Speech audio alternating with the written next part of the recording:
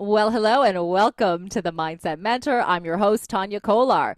I hope you are having an absolutely phenomenal day. And if it's not so fabulous right now, we're going to help to, bring that level way up a few notches, okay? So, here's the thing is that do you ever look at people and think, my goodness, how did they get to be so successful? Or, I wish that was me. Or even worse is, how could, or that can't be me because I don't feel like I deserve it. Success is for other people. Well, did you know that success is actually a mindset?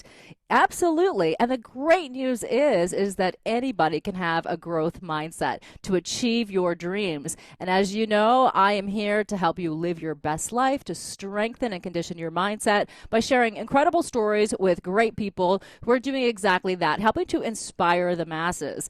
And my guest on today's show is an incredible human. He has amassed an incredible business empire. He's an entrepreneur. He's CEO and founder of Tag Live, which is a company that provides, it's a global supplier actually, of live entertainment and events to the leisure and tourism industry. So a pretty big deal. And we're going to talk about his journey, how he was able to build a business empire. And listen, everybody's human, right? So we have challenges in life. And my guest has had some challenges, including mental health concerns, including having to cope and deal with the death of a loved one.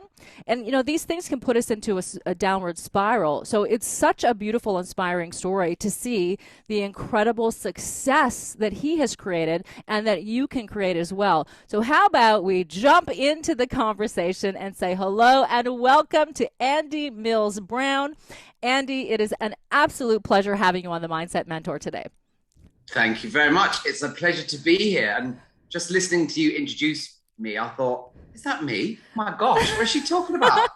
Sounds far too successful to be me. Oh, it's so interesting that you say that, right? Because I think part of human biology is that, we question ourselves, we doubt ourselves, and it is human nature to get into that point. But to know that we can rise above that and to create a self-image that empowers us, it's exciting. And, we also do have to, at some point, turn around and, pat ourselves on the back and say, yeah, well done. I'm pretty darn fabulous, right?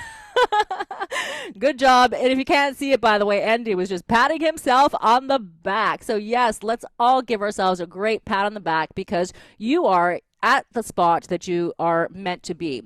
And even though life can be challenging, there's a way to move past it that, will get us to the next level. We don't have to know the entire route, but we have to take a step. And I love, Andy, that you have taken so many steps. And I actually want to go back a few steps, if we can, and talk about your journey and how you actually created Tag Live. Obviously, it's a process. That doesn't happen overnight.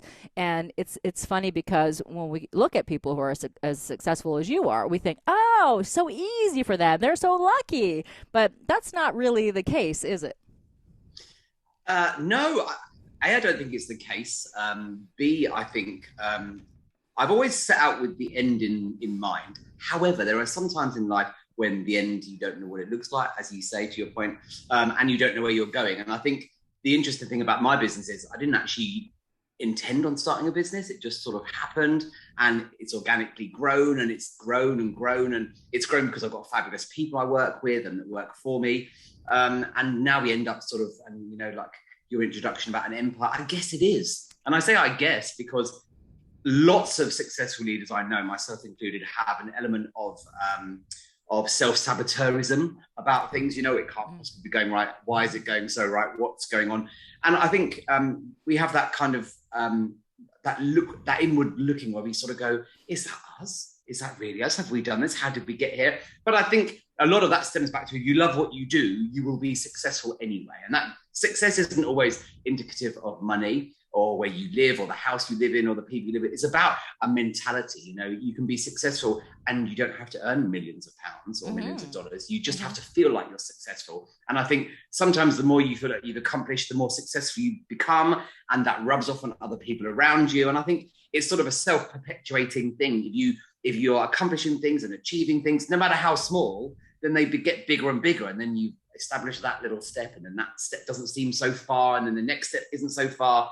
And then now here I am 9 years later with offices in 3 different countries and hundreds of people that work in the organization. And I don't quite know how we got there, but we have, and we all love it. So yeah, I think the end in sight is a funny thing, but as long as you go with it, you'll get to where you want to be. And to your point, everyone is where they are and where they should be right now. It's what you do next that's the most important bit. Yeah, yeah. And sometimes it's that taking the next step can be challenging when we're going through a lot of difficulties in life. And, collectively, we've all gone through a pandemic together, which has certainly affected a lot of people's mental health, depression, just the uncertainty of things, financial loss, and insecurity has really mounted. And it can be hard to navigate, right? And I think as humans, we want control. We want to know what's going to happen, how is it going to happen, I need to know now, and then that just puts more pressure on us. So you say that having that end in sight was so instrumental for you. So what did that end in sight actually consist of? Was there a self-image vision that you had of yourself? Obviously, because we can't necessarily know exactly how things are going to work out, but yeah, sure, we can know what we want to, but what have at the end, what did that look like for you? Do you know what? Honestly, it just looked like happiness. So at the time I started this business, I didn't intend to start the business. I worked as a VP in a corporate, looking after entertainment for a corporate. And my best friend who I worked with at the time, who was another VP, she committed suicide, very sadly. Oh. And very shockingly for me, I worked with her every day, didn't see that coming at all. And that sent me on a bit of a roller coaster, a bit of a spiral downwards. You question what you're going to do. And I think everybody's had that momentous moment in their life where it's earth changing, and and that could be a relationship breaks up. It might be some financial loss. It might be, a bereavement, anything. And you just look for a way out and you look for a way forward and you don't quite know what to do. And it throws it all up and you sort of go, wow. So the corporate I left, I didn't really want to leave and they didn't want to let me go, but I had to do something to start my journey of feeling better. I couldn't just stay where I was. Something had to change for me to change. So I just wanted to be happy and I wanted to stop crying and I wanted to feel different about myself. And I knew that I would have to change my environment for that to make that happen quicker, if I'm honest. I couldn't work in the office we used to work in. I couldn't work in the environment we used to work in together. So I set up this business and the corporate I left became my first client. God bless them. They are still a client now, 9 years later, which is lovely. And then we just sort of got into a groove. I guess I took on some amazing people and they took on some amazing people. And we all took on some more amazing people. And then it just sort of grew out of a culture of wanting to do the right thing and wanting to be happy. And never a truer word has been, if you set out with the right thing in your heart, money just sort of follows. Commercially, we have to make decisions that are tough about money. Of course we do. It's a business and we have to be able to pay our team and we have to be able to make sure that they can send their kids to school and pay their mortgages. So we have to make profit. Profit's not a dirty word. It's a commercial commodity and necessity. But the culture isn't. You can choose to have a good culture. And I think we choose to do the right thing. And people want to work with us because we choose that. And because we choose that, we get more clients that want to work with us. And it's just grown. And here we are today. And I still have imposter syndrome to an extent, 9 years on, millions and millions of dollars later, the business turns over millions of dollars. And I still have this kind of feeling of, how the hell did I get here? How did that happen? I see purchase order requests for millions of dollars and think, gosh, how did it happen? But so even now, 9 years later, I still feel a bit of an imposter. But I'm immensely proud of what the team's achieved. Yeah, I love that. And thank you for sharing all of that and, being open and also certainly my condolences to the loss of your dear friend. I know many people listening right now or who will be watching the video can relate to that and that it's tragic, and, there's so many thoughts and emotions that would arise. But being able to move forward in such an empowering way is a huge inspiration to people. And, having that imposter imposter syndrome, you're certainly not alone. I think the important thing to know is that, yeah, we are human, which means that we have a spectrum of emotion, and the to have those moments of self-doubt is normal, but what we don't want to do is marinate in the self-doubt and stay there for too long, right? Because we can pack our bags and we can stay there. Right? We just want a little quick trip, an overnight trip, right? If that, just to again acknowledge that we're human and we have all of these different emotions, but to be able to also recognize your success is such a beautiful thing, because it's what you're doing as a company and as a human, giving back in so many different ways, I think is so admirable. I know that you work with, a children's nonprofit, which is near and dear to your heart. You help to foster an incredible environment with your team of people, ensuring that their mental health is strong.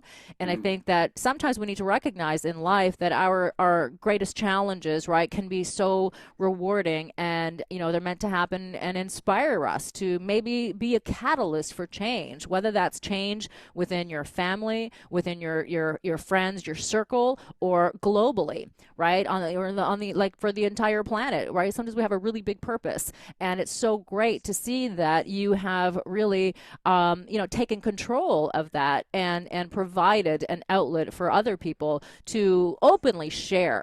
And one of the things I always remember, you and I met during the pandemic, right? Through Zoom, and mind you, that's a whole other show. We can create a show about that one, but it was great, to meet you, and I love that. And what I always remember that you talked about, the pandemic, and how obviously being in the tourism and entertainment industry, your company took a massive, massive, massive hit, and you said, I'm taking care of my staff. I'm paying my staff because I'm going to make sure that they all have food on the table for their families and can pay their bills. And I thought, wow, what a great human. That's incredible to see that, because, when anybody, a business owner particularly, who is faced with, losing a massive portion of their income, can set into panic mode and just want to hoard and say, oh my gosh, I have to, eliminate people and fire people and cut costs. And unfortunately, the reality is that one of the first places that gets chopped is staff. Yeah, absolutely. I mean, yes, the pandemic hit and it obliterated our revenue. I mean, we went from hero to zero literally in about a week, which is devastating for anyone. And that kind of crisis management culture is a whole culture in its own. And there are the different kinds of people. There are people that sort of run around like a bit of a headless chicken, not knowing what to do. And then fortunately for myself and my COO, we're actually quite grounded and we're quite normal people, in the sense of we're quite good in a drama. So we sort of sat down and the biggest impact for me would have been losing everything, my home, my everything, because when you own a business, 9 times out of 10 you borrowed against your leveraged, income or your personal wealth. Mm-hmm. So there was worry everywhere. There was worry about losing team, how we were going to pay for things, if I was going to survive it personally. We got through it. Fortunately, we had quite a good strategy, and we had some money in the bank, so we decided to pay off everybody we owed money to. So all of our supply chain were paid before we sort of really went into the pandemic, which was a great thing, because when we bounced back, everybody wanted to work with us straight away, which was super. Yeah. And we had to make a couple of redundancies, nowhere near as many as we fortunately, we kept that to a minimum. And then everybody else, we managed to pay on either 75% or 100% of the salary all throughout the pandemic, which was really super. We had to borrow a significant amount of money from the bank, which we're still paying back now. But, we stayed alive. We made some instinctive decisions. We got rid of some office space. We sold some assets. We did some things. I personally moved out of my home. I had some cars. I got rid of them.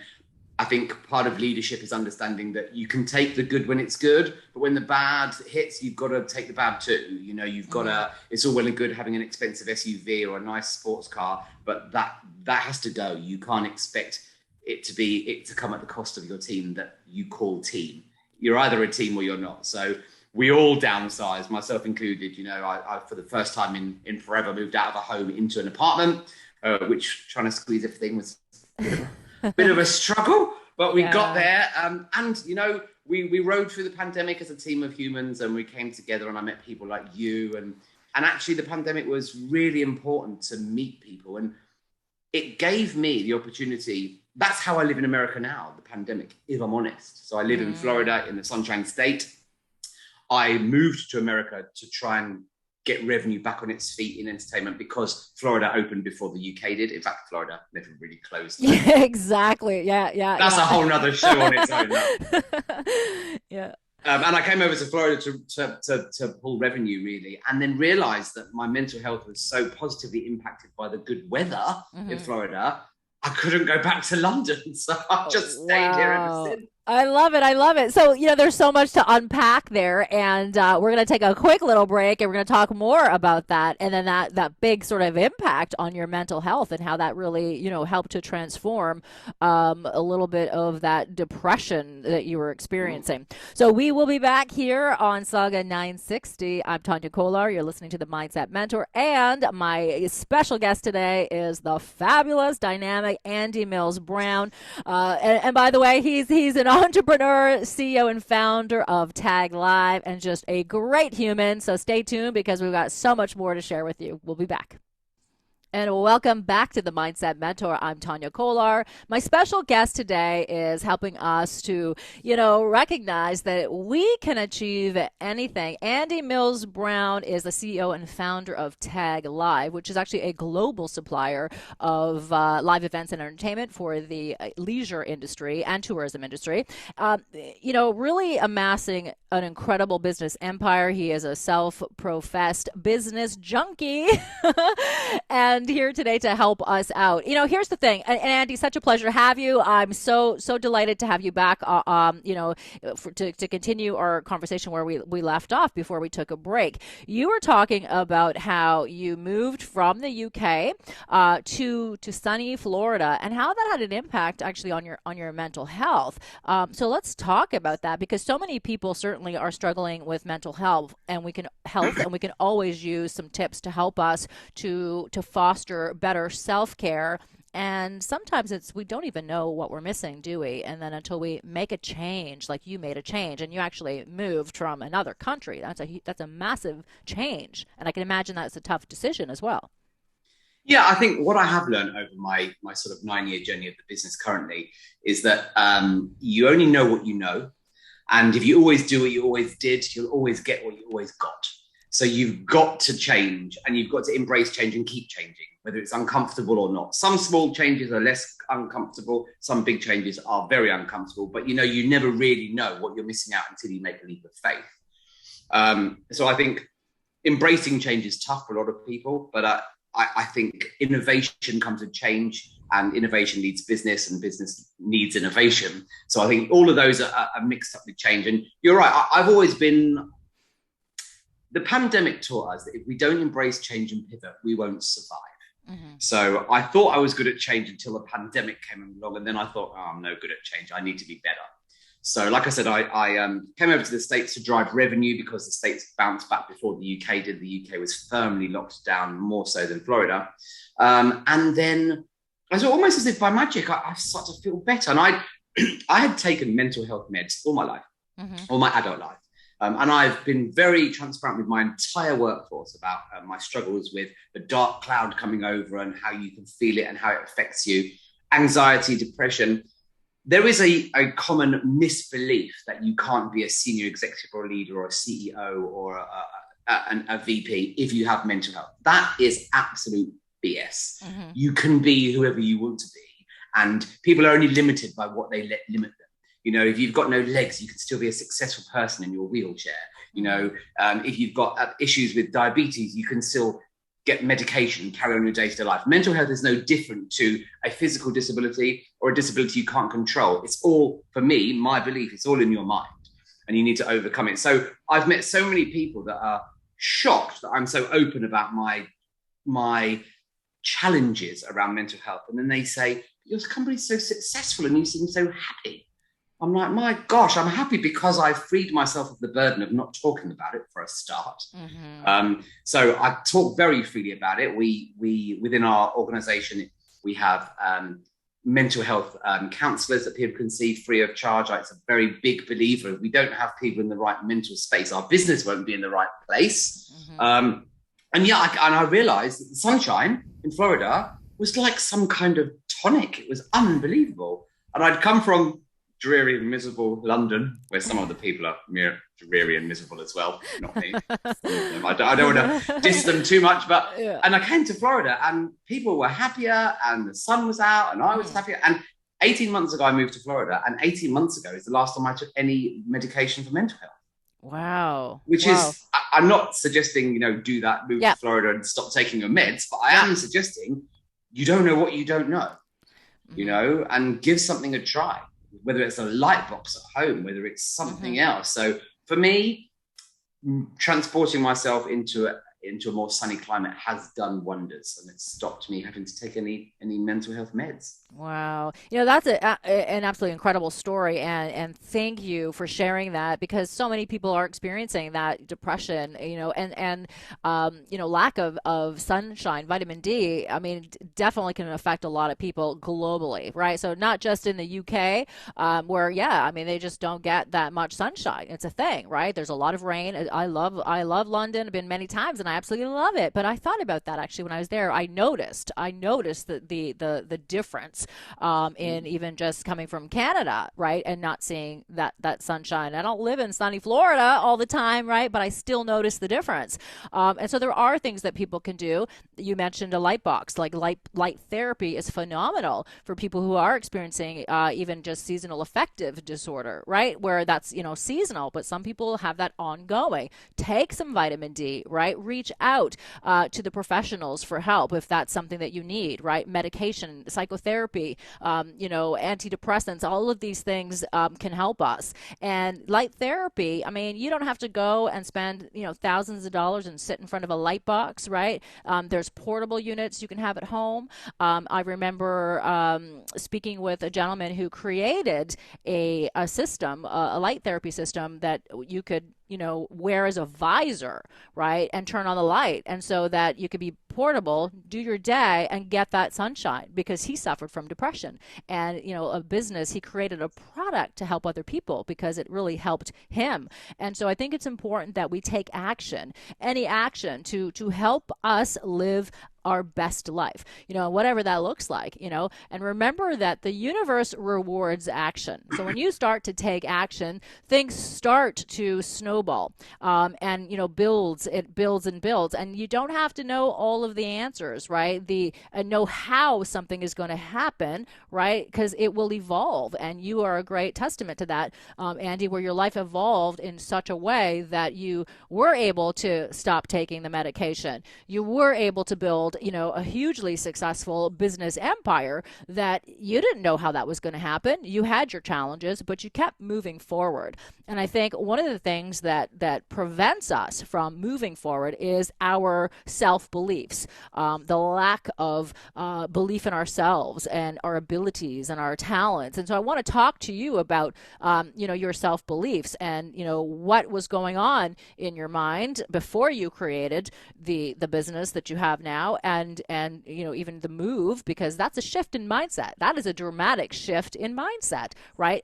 And everybody can shift their mindset in a moment. It takes literally moments. I think what happens sometimes, Andy, is that we all believe that, it's so hard, it's going to take me years to make a change, and then that's another limiting belief, and then we stay immobilized and stuck and don't take action.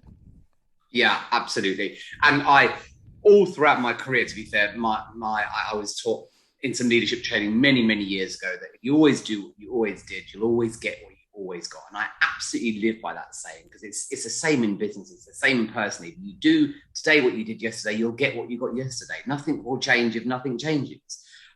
So I think, you just need to take a leap of faith. But it's not even a leap of faith. It's just taking the Band-Aid off of your fear. It's only fear. 9 times out of 10, it's just fear that stops us. Fear of moving countries, fear of opening a bank account, fear of speaking to that person. It's fear of loads of things. And I think that's normal, inbred for people. And I'm maybe now just a little bit less fearful. So I'm more fearless than I ever used to be. but not in an arrogant way, not in a dangerous way. It's just a little bit by bit. You take it day by day. But the thing is, I still make 20 wrong decisions every day. Mm-hmm. And I'm still faced with my COO and VPs, and we have calls, and I don't know the bloody answer. And I'm just like, guys, I have absolutely no idea what to do here. Mm-hmm. Just because you get to a certain level doesn't mean all of a sudden you've got the answers. I'm the same human I was 5 years ago and 10 years ago. I just know slightly more, but I still don't have the answers to today's problems. So no different to 10 years ago. There was answers I didn't have then. There's still answers I don't have now. It's just different. It's just worth more money or affects more people. It's the same stuff. It's just on a different scale. And I think it's having that belief. It's challenging your imposter syndrome. It's realizing that you are worth more, but it's also freeing up the truth. I think, so I stopped drinking last November alcohol. I've drunk most of my life. That has had another massive impact on my mental health positively, because I was getting to the days where you'd have the wine horrors. You'd have 3 glasses of wine. The next day, you'd get some self-talk about what you said. Did you say the right thing? Did you say the wrong thing? Who did you upset? I mean, as you can tell, I'm slightly gobby anyway. So just give me a couple of drinks. And so there's all sorts of things you can do that you don't change yourself, but be true to yourself, and I think that's so freeing when you say, do you know what? Actually, I'm drinking and it's making me feel bad. So why am I drinking? And actually, why am I doing this? And why am I doing that? And people get stuck up on money in business. If you do something you believe in and you do something you like, and I truthfully believe that if you do the right thing and it's the right thing, the universe will pay you back for doing the right thing. And that's all we try very hard to do, is do the right thing. Would we do that? I'll give you one example. We've got a young lady that works for us in a creative position. She's absolutely wonderful. She's pregnant. She's 7 months pregnant.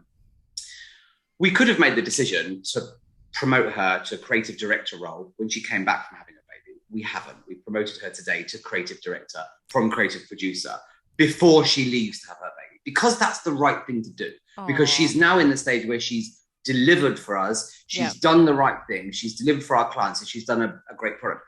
Commercially, one would argue, well, we don't need to pay her any money until she comes back from having the baby. That's not the right thing to do.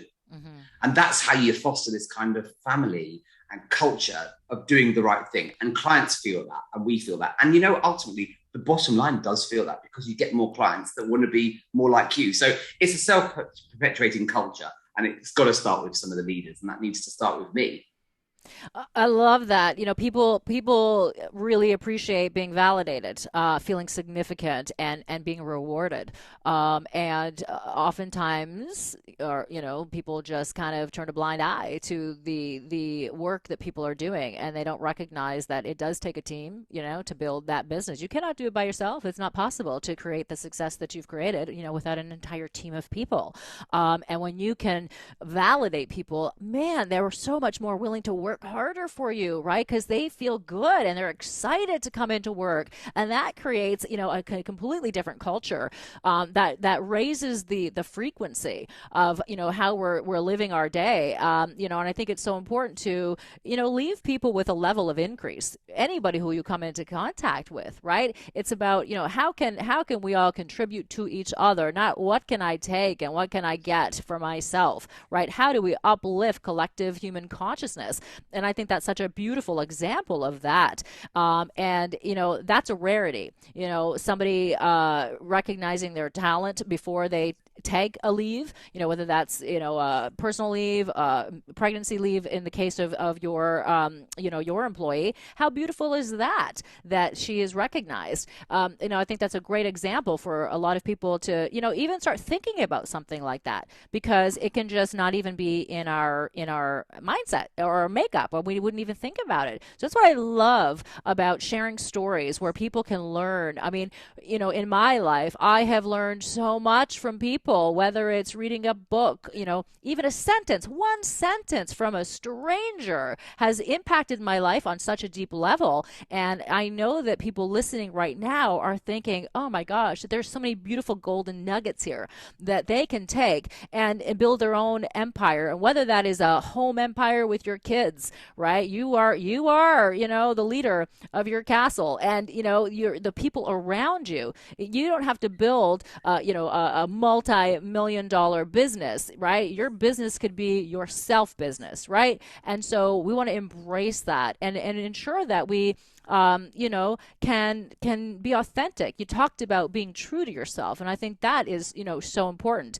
Now we're going to take another break here on the Mindset Mentor, and I'm going to let Andy, continue an incredible conversation and share more of his personal story of building his empire with Tag Live.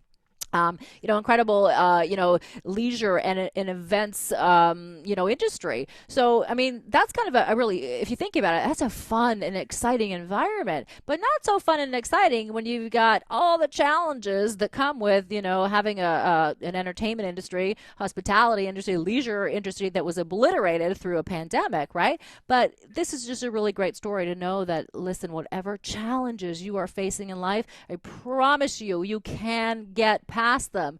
Life is a cycle and things will shift. If you're in that downward spiral, it's going to come right back up. So stay tuned and we're going to get you back up after this break. Hello and welcome back to the Mindset Mentor. Today we are helping to switch your mindset and help you realize that success is a mindset. So if you have a fixed mindset and you believe that success is for other people, well, I'm here to tell you that you're wrong. That's not true. And my guest absolutely agrees. My guest today is the fabulous Andy Mills Brown, who has built an incredible business empire, a global company that provides live events and entertainment to the leisure and tourism industry. And, before we took a break, Andy Mills Brown was telling us, or we were talking actually about, some of the things that have affected us in our life, right? And I had mentioned that it could be a sentence, right? It could be something that resonates so deeply within you that moves you to a different place and that can actually switch your mindset. So, Andy, I'd love for you to share what you shared with me in the break and some inspiration that you received from, a few words that changed. Yeah, I think to your point, you said before the break that there's sometimes you just hear a sentence or you read something that resonates so deeply that you feel like you've been sliced in two, and you're like, oh my gosh. And I was watching Britain's Got Talent, America's Got Talent, because I now live in America. Have I mentioned that? That's right. So I was watching America, and there was this beautiful human being. I mean, God love her. She had cancer, and I think now she's consequently passed over. But she, I think her name was Nightbirdie. Absolutely beautiful human. It's a beautiful song. But she said, you can't wait until life isn't hard anymore before you decide to be happy. And I had to keep saying that to myself. You can't wait until life isn't hard anymore before you decide to be happy. And she's right. Life's always bloody hard. There's something every single day. You might spill coffee down your favorite shirt. You might not be ready for a Zoom call. I mean, I fortunately have got pants on today, but there's sometimes on a Zoom call I've not, because I've not been quite ready. Yep. But there's something every single day makes you not as happy as you were 5 minutes previously. I mean, she's so right. You can't just decide that it's going to be the good time to be happy. You just have to decide to be happy. And I think that for me resonated so much. And yeah, I've always now tried to take that forward and go, you know what? Yeah, life is hard. It's going to be hard. And if it wasn't going to be hard, it wasn't going to be life, So yeah, she had a massive impact on me.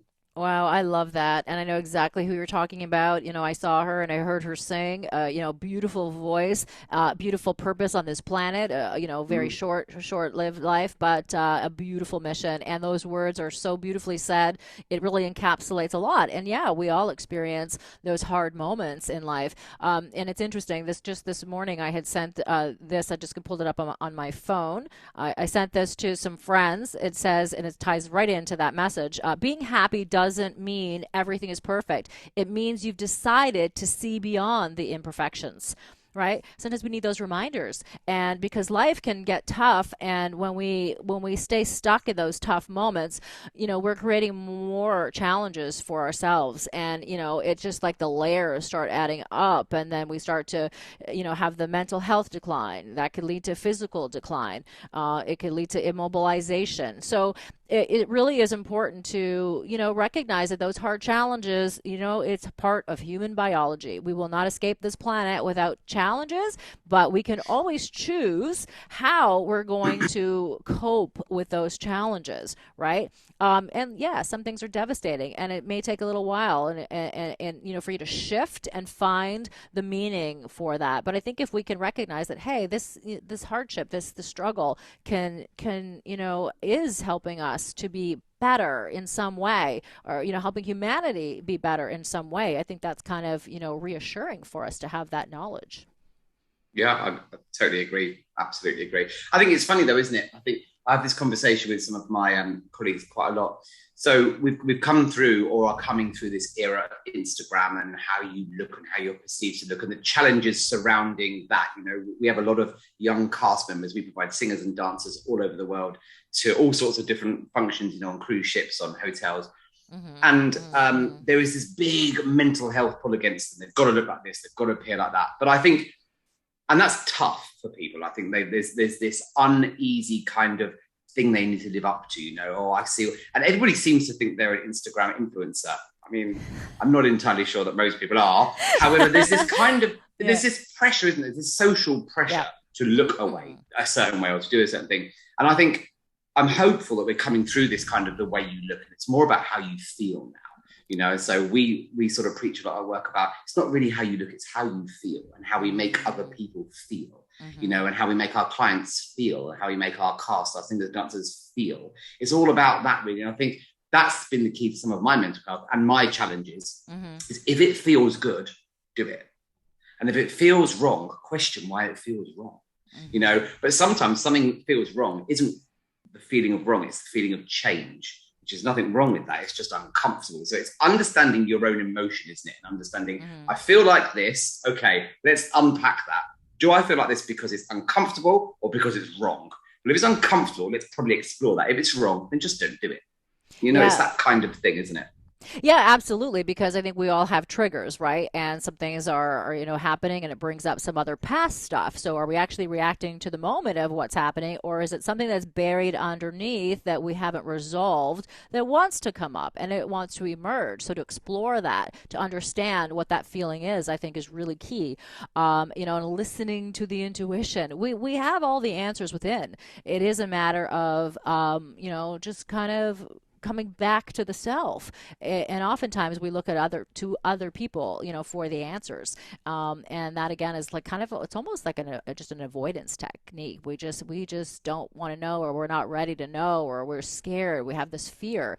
But fear is on the inside, right? Fear does not exist on the outside. We create it. And fear and faith are both unseen. So, we have a choice, and to, grasp and look to the faith versus being stuck in fear, because fear is not a great place to be. It's not a great feeling. Ooh, I'm going to steal that from you. That's lovely. Fear and faith are both unknown, but you've got the choice. That's so true. Yeah. And I love Yeah. that. See, this is Yeah. why I love you so much, Tanya. These lovely little analogies Aw. here. Fear and faith, choose your route. I like it. It's true. Both unseen, though. Both unseen, both unseen. And listen, I remember having a guest on my show, and I was blown away by this. He was a young 10-year-old boy, whose parents were murdered in front of him in Colombia. He was captured. He was in a sort of a camp for a few weeks, and he escaped. And a woman had helped him create this escape plan, and he was told to run, to this tree. There was a hollowed out tree. He was to run to the tree, put himself inside, put the leaves in front, and when he heard no more noise, he was just to run. And that was his escape plan. Run to where? Right? A 10-year-old boy. Can you imagine the fear? So the day came. He followed her instructions. He went to the tree trunk, and it was pouring rain. And when he got inside the tree trunk, a frog landed on his finger, and he was shaking the frog off of his hand.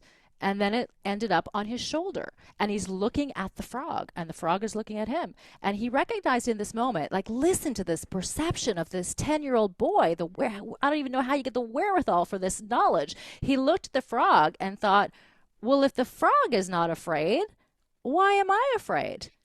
Right? And in that moment, listen, he made a decision that he was never going to be afraid again. He pushed away the leaves, he got out, and he didn't run. He walked, and he walked, and he walked, and he walked to the nearest house, and he was, rescued. But wow, like explosive insight. And, when we can learn from our challenges like that, man, life is completely different, right? In such a huge way. And his story has impacted, millions of people around the world. I can see why. I mean, wow, it's staggering, isn't it, really? And Yeah. you're right. It's just about facing fear and having faith, Yeah, isn't yeah, it? it is. And so, I'd love to, talk to you about, what has been, some of your greatest lessons that you have learned through building your business, and some tips that you can help other people who are kind of, trying to figure things out and their next steps. Ooh, some of the greatest things I've learned. I think I've learned that um, to do the right thing first will equal money later. I think if you go in with the end in mind of cash, you won't make any, because I don't think that's how business actually works. If I'm honest, I think Mm-hmm. there's a level of, when you, my business is all about people. So we have singers, dancers, acrobats. We have people that play fabulous instruments. It's all about people, Yeah. entertaining people. So my business is just simply people. So if we don't get the people bit right, we won't get anything right. So we want people to work with us. We want people to work for us. We want to work with people and for people. So if we don't get the people bit right, and I think my biggest learning is business is just people. It's just people. That's Mm-hmm. all it really is. Irrelevant to the biggest and the most powerful CEOs, or the leaders of your country or the leaders of your state. They're just people. They're all work on this basic human instinct level of kindness and requirement. And everybody requires a bit of kindness. Everybody requires a bit of humanity. Yeah. And sometimes commercially, the decision might feel the wrong decision. It probably isn't, though, when you think of it. We're just all humans. And I think what I've learned is I sleep really well knowing that I closed the office door behind me and we made decisions that are the right decisions for everybody. And now sometimes decisions have no right answer. I've also learned that. Mm-hmm. Sometimes if you're 51% sure, it's the way to do it. Yeah. But only 51% of you says it's the right way. But it's better than 49. So you just go, oh, this is a zero win situation. And some situations are like that. You're going to upset someone. You're going to do something that's going to impact something else. So I try and go, okay, I sleep well if I can get to 51%. And I think, Yeah. okay, do you know what? That's as far as I can get. There is no better answer than 51%. So sometimes you just have to accept there is no right answer.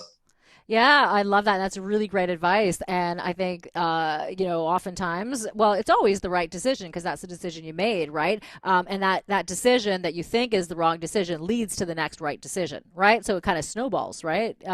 But great advice. I absolutely love that. So we have just a few minutes left. And, I want to acknowledge you certainly for the incredible work that you are doing, not only for the business world, but for the culture that you have built for your team of people. One of the things that they talk about great leadership is it's not about micromanaging and telling people what to do, and it's really about creating the most leaders. So the culture that you have created empowers people to be their own leaders and to really improve their life. And so congratulations on that success and for being able to transform your mindset and to make the shift, have the courage to move to a different country, to be adaptable and to be agile when faced with challenge and change, because life is about growth, and I think you have embraced that beautifully. And so thank you for being on the Mindset Mentor today. And are there any final words that you'd love to share with the listeners?